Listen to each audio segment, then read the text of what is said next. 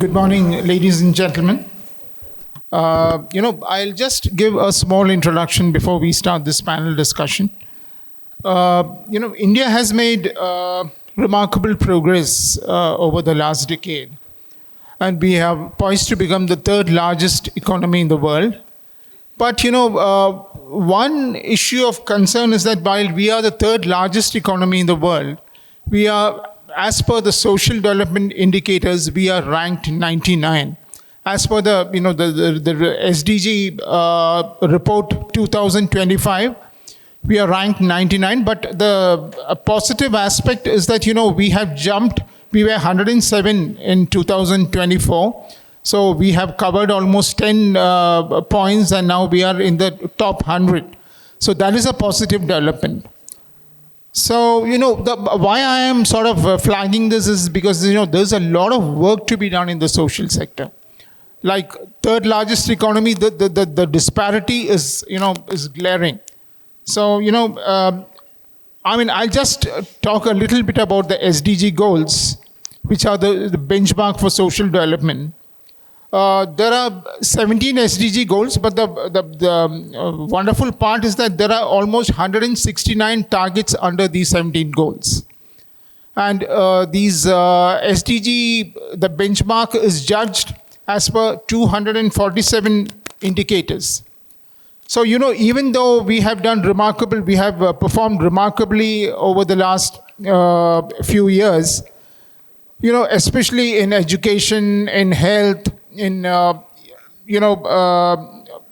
drinking water and sanitation, but still we are like sort of 15 benchmark points behind in basics, when providing the basics like good health and well-being, water and sanitation, education. Because of these, the various parameters, we don't fulfill everything there.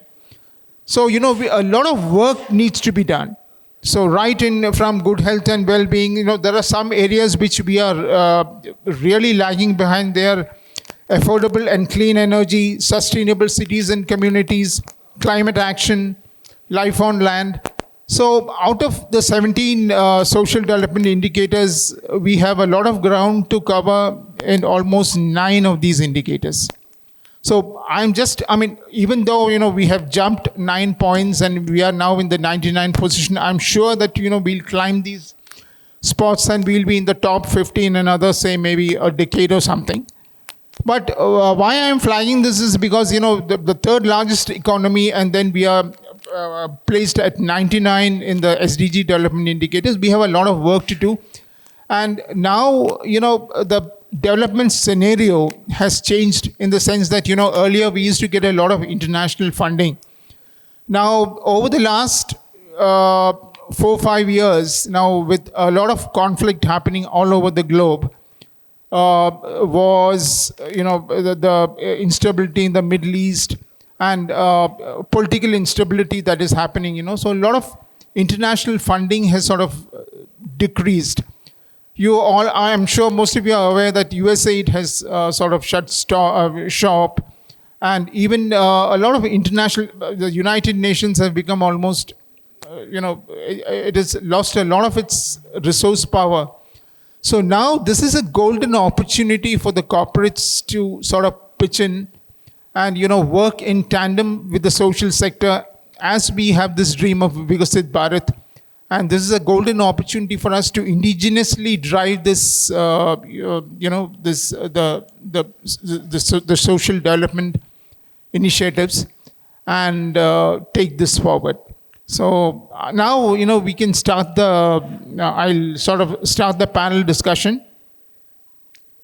We have eminent stalwarts sitting here. I'm waiting for the other person who's from Anand and Anand to join. He's not joined us yet. He wouldn't be joining, is it? Okay, right.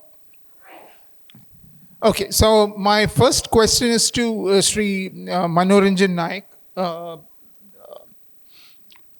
Because you have been working in the education sector. You have a lot of experience in the education sector. So my first question is that, we have achieved a lot in the education sector, But one thing when I was looking at the ASER report was that, there is a fall in enrollment rates in government schools. 72, the report states that 72.9% coverage was there of enrollment rate was there in government schools in 2022, which has fallen to 66.8% in 2024. Now, the concern here is that, is this a shift? Are children leaving government schools and there's more confidence in the private sector? I mean, this doesn't augur well for our, especially the elementary education system. Basically, because we have 98% universal coverage there. And this shift from government schools to the private sector doesn't augur well, because there are a lot of aspersions have been raised on, as children move away from government schools to the private sector, their continuance in education becomes sort of susceptible. So your thoughts on these, on these findings by ASER, and why has this happened? Yeah, thank you for this interesting question. This data definitely reflect the preference for private school, but if you see, whenever it is about achieving learning outcome, that issue is across both government school and private school. But this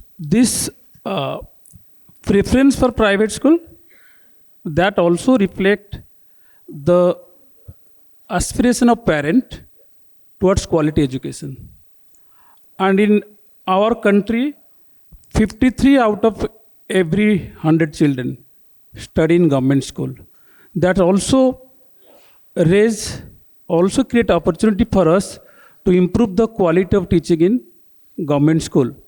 Because we are talking about Viksit Bharat and India's vision of 25 trillion economy.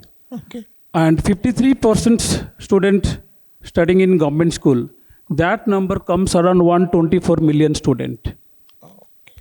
So if these students are not equipped with the right kind of competencies defined by our national education policies, and the data also says 80% of students move school to work, transitions. So here the larger point I have to bring attention of everyone, the time has come to improve the quality of learning in government school. And when we see these issues not only at the foundational level, because the recent report released by Ministry of Education, the National Achievement Survey, that tells only 55% of student of grade 3 can arrange number up to 99.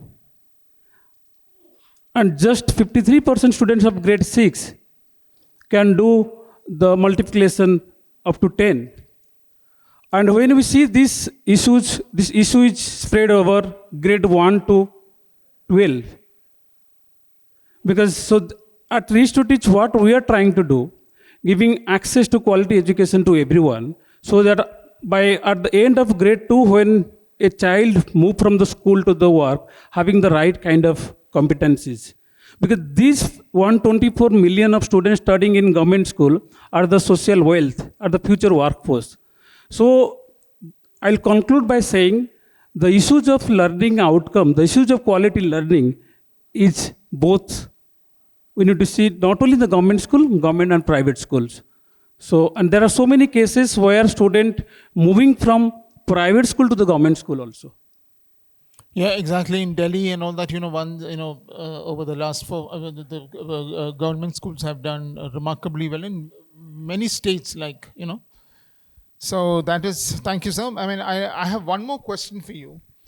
I was going through multiple reports like the recent SDG report and, even the ASER report. So there are, one thing was that, the focus, in our education system is basically on syllabus-based education. Now, everyone, even the NEP is now talking about, foundational literacy and numeracy.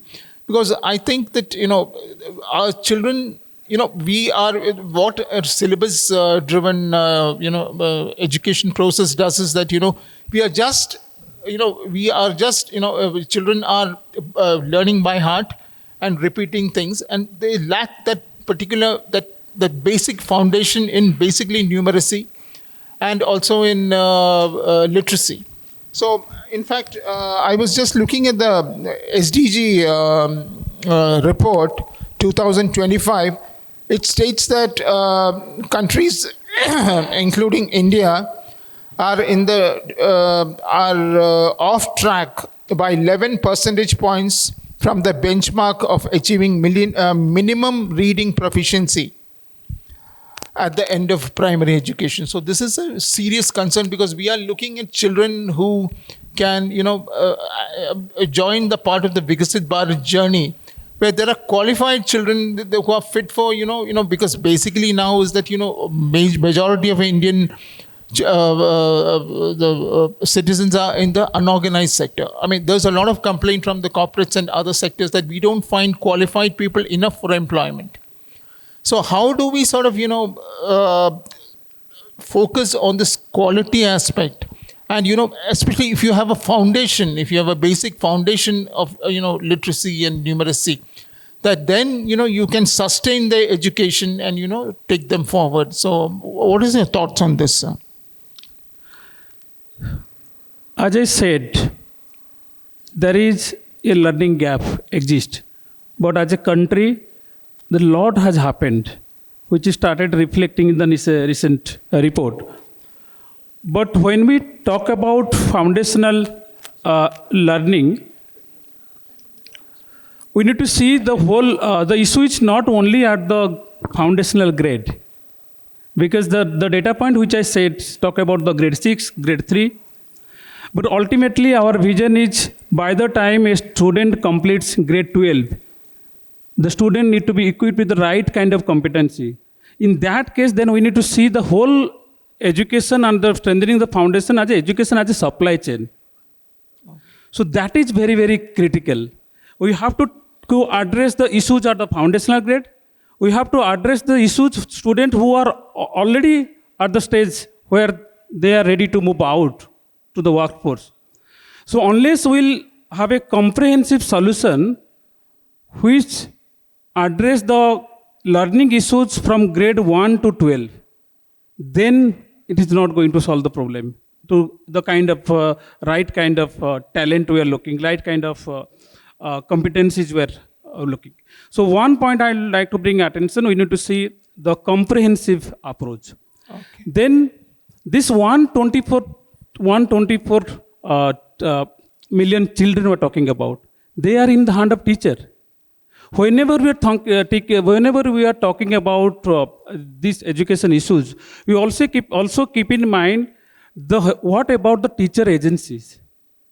Are we providing the right kind of tools, the right kind of resources?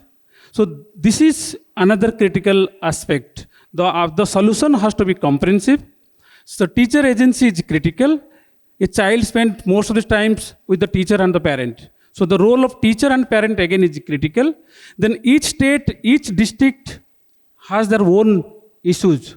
I always say on an example, a student in the Anini districts of Arunachal Pradesh have never seen a train. When that child opened the textbook, if the whole story is about a train, he or she has never seen the train. How will he develop the comprehension? How will it, the only option before his or her is bas rata lagana hai, mark lana hai. So that is where you have to think about the content, the curriculum, whether the content and curriculum are contextual, whether it is the child where he or she is studying is related to that content. These are the bigger issues we need to fix at a system level. Okay. Yeah. So, I'll just, Mr. Chirag Bhandari. Right. So, my question to you, sir, is again on, the quality of education which he sort of left behind. You have been, as an institution, you have been, pioneering on competency-based education approach. How different is this from this, from the syllabus-based approach we were talking about? And, how is it, does this competency-based education approach really talk about building the fundamental, the fundamentals of the child, and, in strengthening his, the foundational aspect of literacy and numeracy and other critical issues in education? Could you just explain your this approach, this competency-based education approach? Sure. So, like what Manoranjan had explained earlier, I'll just maybe go deeper on the same. So, we have done remarkably well in terms of at least getting students to school. Like a lot of students are going to school, and the percentage has gone up remarkably over the last decade or so.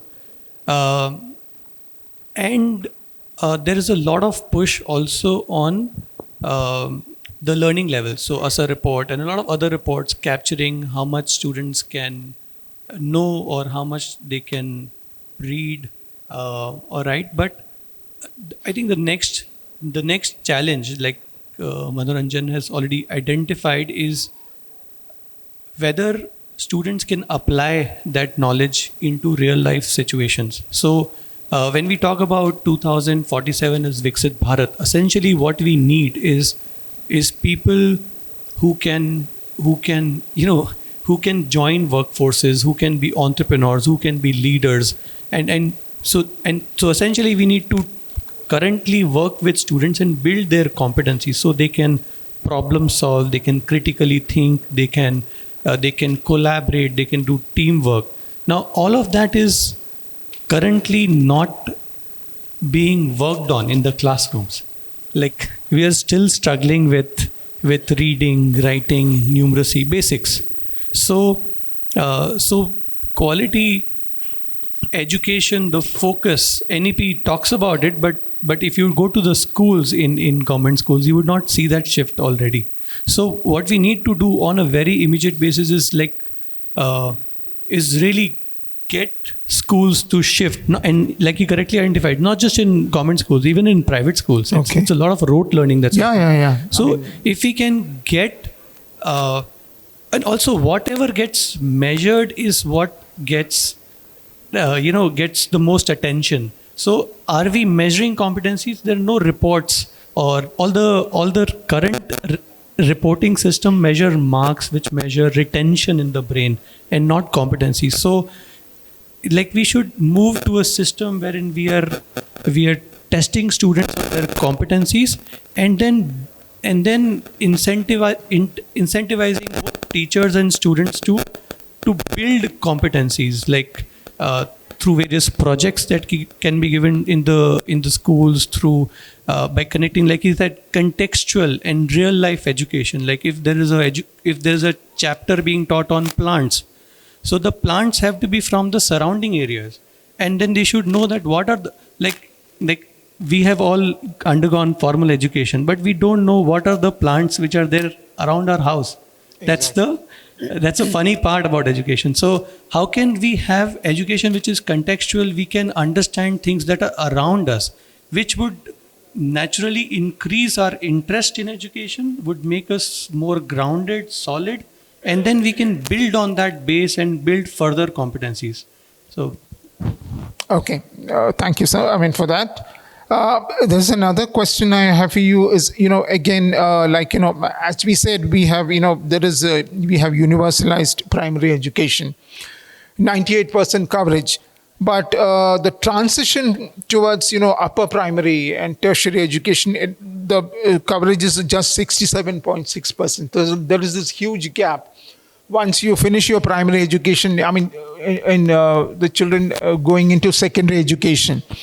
Now, I feel, personally, I feel that, unless you have grounding, you need to, at least you study till 10th or you finish upper primary, and then maybe you go into skill training or something else. But then, for us to have, a competent workforce, that basic education is necessary. So why is this gap, suddenly from 98% from the primary level, we are falling up to 68%? Then, so is it because of lack of schools, or is it because of the children don't have a foundation, so that, they don't have that interest in learning? And how can the social sector, because, this is where the NGOs and the, social entrepreneurs like you, who have to, put in your, because we have to take the quality of education and then the interest in education, so the children naturally interested in continuing their education. And then, after a certain point, they go into skill training and something which is employable. So that, we have a workforce which is employable, and, which people find value in employing them. So what is your take on what are the roles social organizations can play in sort of bridging this gap and taking this forward? Could you elaborate on that, sir? Sure. So, like you correctly identified, there's a massive gap in terms of the numbers of students getting educated at primary level, and then, like you correctly identified, from around 96-97% they dropped to around 67% in class 5th. Exactly. And then there's a further drop at class 8, and then there's a further drop in class 10th, and I think around 33% pass class 10. So it's a big drop that's happening at the 3 levels. Fundamental reasons of that drop happening: one, of course, education is super boring. Like the way it is delivered in the classrooms, it's super boring. It's not contextual. Kids are not able to relate to it. Sometimes, even like if you would go to some rural parts, it's not even in their native language. Like there are dialects spoken in some areas, and they have to learn. For example, if you would be studying in a border state, like a border town in Maharashtra, the language spoken, let's say, is something else. Let's say Kannada, but you are being taught in Marathi because the state is Marathi. So those language challenges are also there. So many challenges there, but I think a fundamental challenge is that education is not active. It's the classroom practices are not active. Students are not engaged. They are made to learn. They're made to mug, and I think that's a fundamental challenge. So that students are disinterested and they themselves do not want to study. So unless they have a strong support system, parents pushing them, community pushing them to go to school, they would not be genuinely interested themselves to go to school. So that's a first gap. Second, teachers also, many of them are not very empowered to pay a lot of close attention, because they are also muddled with a lot of other duties and other works, etc. So that is another challenge. Third, overall communities, they're not as sensitized towards education. Like, of course, a few communities and a few people are, but as you go rural, deeper, they're not as sensitized towards creating the right environment or supporting their children to complete their education. So that is also a big challenge. And so these are some of the challenges because of which they drop out. Now, what we can do to fix it, I think we need to look at creating examples of excellence and success that would inspire students, that would inspire teachers, that would inspire communities. And I think once they look up at those successes, they would then be inspired to kind of do this. So like, for example, one work that we've done in rural Pune, so we've partnered with one very inspired teacher, and he has transformed his very rural school into a very international level kind of a school in partnership with community. So amazing work that has happened there.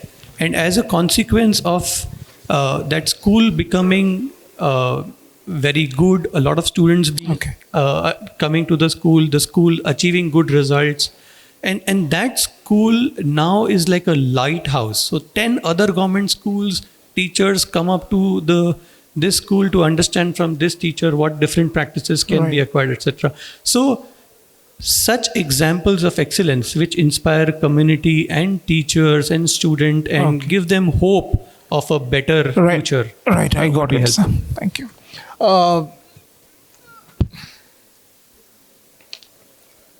Shamsher Singh ji, ये लोग education के ऊपर बात कर रहा था तो that's why I didn't come to you. मेरा आप इतने अच्छे काम कर रहे हैं आपके. मैंने I was just going through Prabha आसरा का जो एक्टिविटीज़ हैं. आप लोग आप तो डेस्टिट्यूट होम्स में और मेंटल हेल्थ सीनियर सिटीजन्स के ऊपर भी बहुत काम कर रहे हैं. तो मेरा एक सवाल है आपको इज़ दैट अभी जो एक रिपोर्ट कह रहे हैं कि बाय 2020 द यूएन का रिपोर्ट कह रहे हैं कि बाय 2020 भारत में 4 में 1 would be about 60 years of age. I mean 4 लोगों में 1 आदमी 60 years. So which is a major challenge because हमारे कंट्री में basically old senior citizens और के लिए वैसे कोई व्यवस्था तो है ही नहीं. तो मेरा ये सवाल है आपको कि now there are almost 11% of the population is about 60 years of age. तो ये नीति आयोग ने अभी एक सीनियर केयर रिफॉर्म रिपोर्ट पेश किया था which points out that ये जो population है which is above 60 now which is pegged at over 11% of the population, उसमें ये कहता है कि 3 out of 4 senior citizens have 2 or 3 1 or 2 chronic diseases. They are plagued by 1 or 2 chronic diseases, and the worst part is that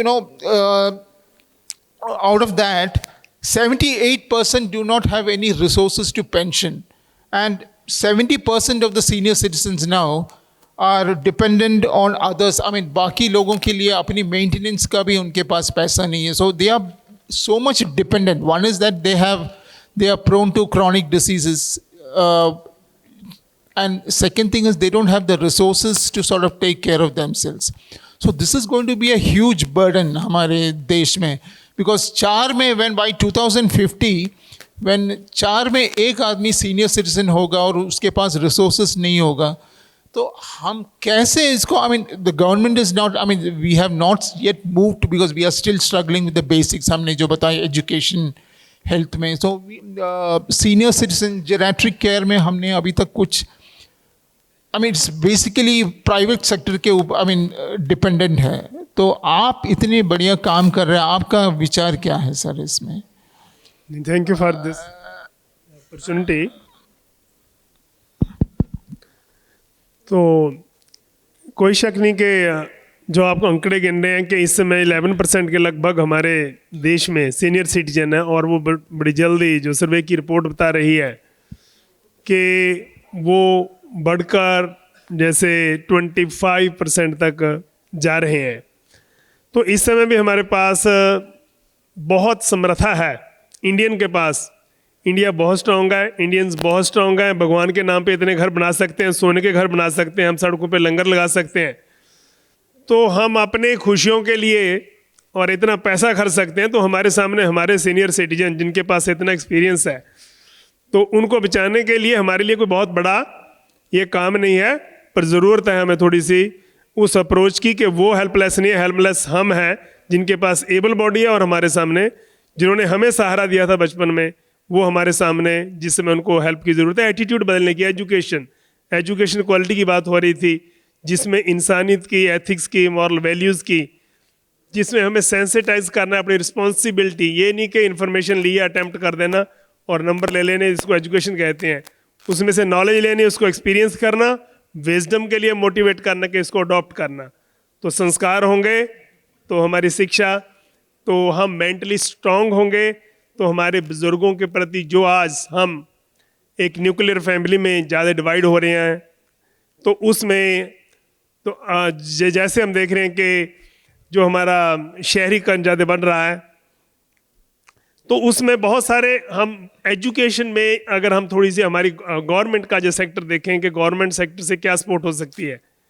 पहली बात तो जो चले गए हैं, जो को इस समय हमारे लगभग 14 करोड़ के लगभग हमारे देश में, इंडिया में जो बुजुर्ग हैं, उनको हेल्प की ज़रूरत है। और उसमें से जो डिपेंडेंट हैं, और उसमें से हम देखते हैं कि 5% की यूनिसेफ की अलग अलग रिपोर्टें हैं कि आप कह रहे हैं जैसे 25%, और उसमें से जो लोग हमारे इस समय हमारे सीनियर सिटीजन हैं, तो 78 लाख से भी ऊपर अब वो आ रहे हैं हमारे सामने, 70 से 80 लाख के बीच में, जो जिनके लिए अरेंजमेंट नहीं है 14 करोड़ में से। एग्जैक्टली। तो उनके लिए अगर हमारे पास 1 लाख के लिए नहीं अरेंजमेंट, तो एक तो गवर्नमेंट इनके लिए सबसे पहले जो इमीडिएटली किया जा सकता है, मैं फील कर रहा हूँ, नोडल ऑफिसर अपॉइंट करे। हमारी हज़ारों लोगों को, सीनियर सिटीजन को नज़दीक से देखने के बाद ये हमने फील किया है कि नोडल ऑफिसर नियर IAS नहीं तो PCS तो बहुत ज़रूरी है। सब डिविजनल मजिस्ट्रेट एक नोडल ऑफिसर अपॉइंट किया जाए, जिसके अंडर जैसे गवर्नमेंट सेक्टर हो गया, उसमें से उनकी जो हमारी हेल्पलाइन चल रही है ना हमारे देश में, 108 भी है, 112 भी है, तो इसको सेंसिटाइज करना, इसके साथ इसकी इंटीग्रेशन के जहाँ भी सीनियर सिटीजन कोई भी, हमारे बहुत सारे हैं जो अलोन रहते हैं, बहुत सारे जो आइसोलेटेड और ख़ास करके अलग अलग बीमारियों से जैसे आप कहते हैं वो पीड़ित हैं और टोटली डिपेंडेंट है दूसरों के ऊपर। ऐसे हमारे बहुत सारे सीनियर सिटीजन हैं जो घर में बंद थे, बहुत बड़ी बड़ी कोठियों में थे, जो हमें कह रहे थे प्रभ आश्रम में कॉल आई कि नहीं, कि 3-3 कोठी तक स्मेल जा रही है और इस समय कोई हमें इसका सल्यूशन नहीं दिख रहा। उनके फ्रेंड फ़ोन कर रहे हैं, तो वहाँ पे हमारी एम्बुलेंस गई और देखा, कहते हमें बस कोई ऐसी चीज़ दे दो जिससे हमारी मौत हो जाए, हमें साइनाइड दे दो, नीचे पड़े हैं, पैरालिसिस हो, इकल्ले रह गए कोठी में अपने। ऐसे बहुत सारे सीनियर सिटीजन को, तो वहाँ पे जो नोडल ऑफिसर है, जो हमारी 108, 112 नंबर एम्बुलेंस है, तो उसको उसके साथ अटैच कर सकते हैं। और एक एम्बुलेंस हर, अगर ब्लॉक में नहीं लगा सकते तो हम एक तहसील में, ये इंडिया लेवल पे हो सकता है, और एक तहसील में एक रिजर्व कर दें एम्बुलेंस, कि जिस समय भी इमरजेंसी है हमारे सीनियर सिटीजन को, तुरंत उसको वो रेस्क्यू करेगी, रिजर्व एक एम्बुलेंस हो। और इसके लिए अगर सर्वे के लिए भी वो थोड़ी कोशिश करें, तो सर्वे कितने हमारे बुजुर्ग हैं, शहर में हैं या गाँवों में हैं या होमलेस हैं, बेड रिडन है, जिनको तुरंत हेल्प की ज़रूरत है, तो इसमें बहुत बड़ी जो है सपोर्ट हो सकती है। एक पेंशन की बात की है आपने, पेंशन के लिए जो 10 से मतलब 1000 से 1500 के बीच में है, इसको गवर्नमेंट विचार सकती है।